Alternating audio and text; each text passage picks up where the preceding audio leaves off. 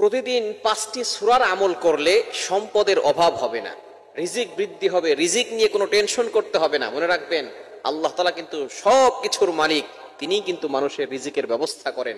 রিজিক নিয়ে আপনাকে টেনশন করতে হবে না। আমরা প্রতিদিন 5 ওয়াক্ত নামাজ পড়ি, 5 ওয়াক্ত সালাতের পরে আপনি 5টি সূরার আমল করলে আল্লাহ তাআলা আপনাকে অসংখ্য অগণিত পুরস্কার দান করবেন।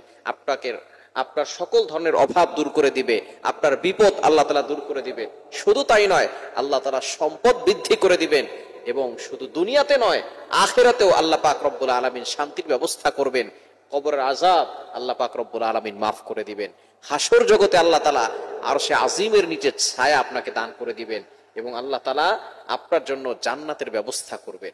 এজন্য অবশ্যই আমরা প্রতিদিন 5 ওয়াক্ত সালাত আদায় করব এবং 5 ওয়াক্ত নামাজের পরে আমরা 5টি সূরা তেলাওয়াত করব।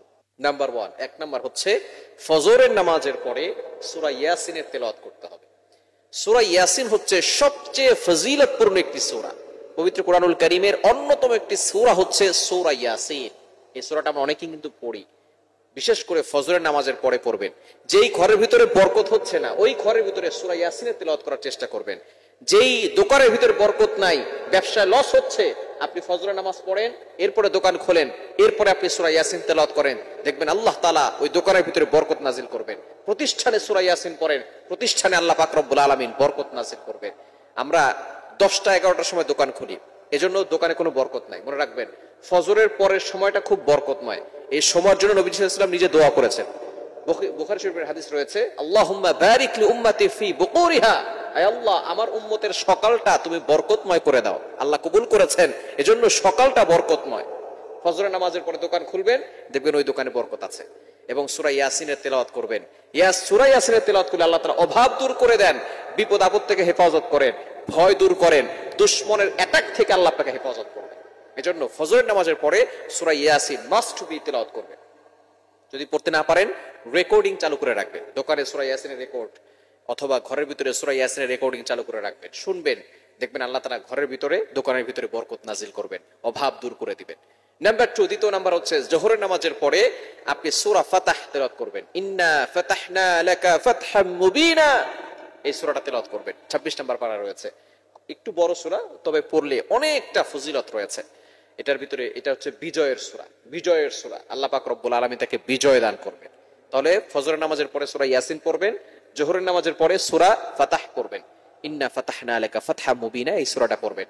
এবং 3 নাম্বার হচ্ছে আসরের নামাজ। আসরের নামাজের পরে সূরা নাবা পড়বেন। নাবা, আম্মা ইয়াতাসাআলুন, 30 নাম্বার পারার একেবারে সর্বপ্রথম সূরা, আম্মা ইয়াতাসাআলুন আনিন নাবাইল আযীম আল্লাযী হুম ফীহি মুখতালিফুন, এই সূরাটা পড়বেন। যে ব্যক্তি আসরের নামাজের পরে সূরা নাবা পড়ে, কিয়ামতের ময়দানে আল্লাহ পাক রব্বুল আলামিন যে হাউজে কাউসার নবীজি সাল্লাল্লাহু আলাইহি সাল্লামকে দান করেছেন, এই হাউজে কাউসারের পানি সে পেয়ে যাবে। বলেন সুবহানাল্লাহ।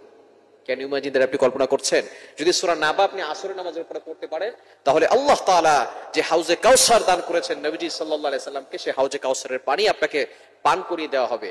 আর যে ব্যক্তি একবার হাউজে কাউসারের পানি পান করবে, তার 500 বছর ধরে কোনো পানি তৃষ্ণাই লাগবে না। এজন্য আপনি সূরা নাবা পড়বেন আসরের নামাজের পরে। 4 নাম্বার, মাগরিবের নামাজের পরে সূরা ওয়াকিয়া পড়বেন। আব্দুল্লাহ ইবনে মাসউদ রাদিয়াল্লাহু তাআলা আনহু, তিনি যখন অসুস্থ হয়ে পড়লেন, হঠাৎ করে তার মেয়েরা যখন তার সেবা শুশ্রূষা করছে, তখন ওসমান রাদিয়াল্লাহু তাআলা আনহু খলিফা আমিরুল মুমিনিন হযরত ওসমান রাদিয়াল্লাহু তাআলা আনহু, তিনি চলে গেলেন আব্দুল্লাহ ইবনে মাসউদ রাদিয়াল্লাহু তাআলা আনহুর বাসায়।